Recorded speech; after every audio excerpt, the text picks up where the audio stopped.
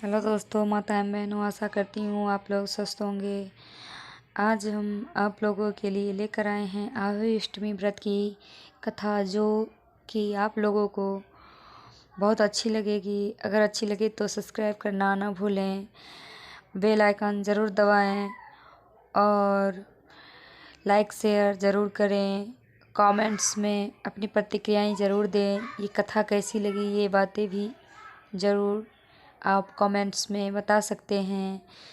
तो चलिए शुरू करते हैं आहोई अष्टमी व्रत की कथा। संतान के बेहतर स्वास्थ्य और लंबी आयु के लिए कार्तिक मास की अष्टमी को माताएं आहोई अष्टमी का व्रत रखती हैं। इस दिन माताएं निर्जला व्रत रखती हैं और शाम को तारे को देखकर व्रत को खोलती हैं। शाम को स्याहू माता की पूजा की जाती है। चलिए अब आहोई अष्टमी का व्रत शुरू करते हैं, इनकी कथा। एक साहूकार के 7 बेटे थे और एक बेटी थी। साहूकार ने अपने 7 बेटों और एक बेटी की शादी कर दी थी। अब उसके घर में 7 बेटे के 7 बहुएं भी थी। साहूकार की बेटी दिवाली पर अपने ससुराल से मायके आई थी। दिवाली पर घर को लीपना था, इसलिए सारी बहुएं जंगल में मिट्टी लेने गई। ये देखकर ससुराल से मायके आई साहूकार की बेटी भी उनके साथ चल पड़ी।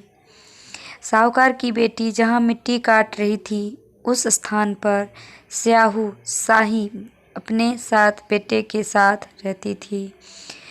मिट्टी काटते हुए गलती से साहूकार की बेटी की खुरपी के चोट से सांप का एक बच्चा मर गया। उस पर क्रोधित होकर स्याहू ने कहा कि मैं तुम्हारी कोख बांधूंगी। स्याहू के वचन सुनकर साहूकार की बेटी अपनी 7 भाभियों से एक एक कर विनती करती हैं कि वह उसके बदले अपनी कोख बंधवा ले। सबसे छोटी भाभी ननद के बदले अपनी कोख बंधवाने के लिए तैयार हो जाती है। इसके बाद छोटी भाभी के जो भी बच्चे होते हैं वे 7 दिन बाद मर जाते हैं। 7 पुत्रों की इस प्रकार मृत्यु होने के बाद उसने पंडित को बुलाकर इसका कारण पूछा। पंडित ने सुरही गाय की सेवा करने की सलाह दी।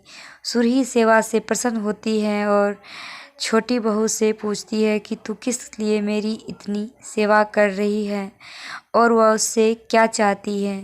जो कुछ इच्छा हो वह मुझसे मांग ले। साहूकार की बहू ने कहा कि स्याहू माता ने मेरी कोख बांध दी है, जिससे मेरे बच्चे नहीं बचते हैं। यदि आप मेरी कोख खुलवा देते तो मैं आपका उपकार मानूंगी। गाय माता ने उसकी बात मान ली और उसे एक साथ लेकर 7 समुंदर पार स्याहू माता के पास ले चली।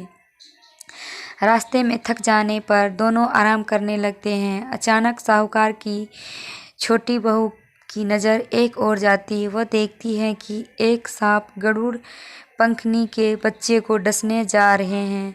वह सांप को मार देती है। इतने में गरुड़ पंखनी वहां आ जाती है और खून बिखरा हुआ देखकर उसे लगता है कि छोटी बहू ने उसके बच्चे को मार दिया है।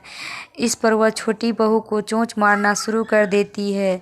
छोटी बहू इस पर कहती है कि उसने तो उसके बच्चे की जान बचाई है। गरुड़ पंखनी इस पर खुश होती है और स्याहू सहित उन्हें स्याहू के पास पहुंचा देती है। वहाँ छोटी बहू स्याहू की भी सेवा करती है। स्याहू छोटी बहू की सेवा से प्रसन्न होकर उसे 7 पुत्र और 7 बहू होने का आशीर्वाद देती है।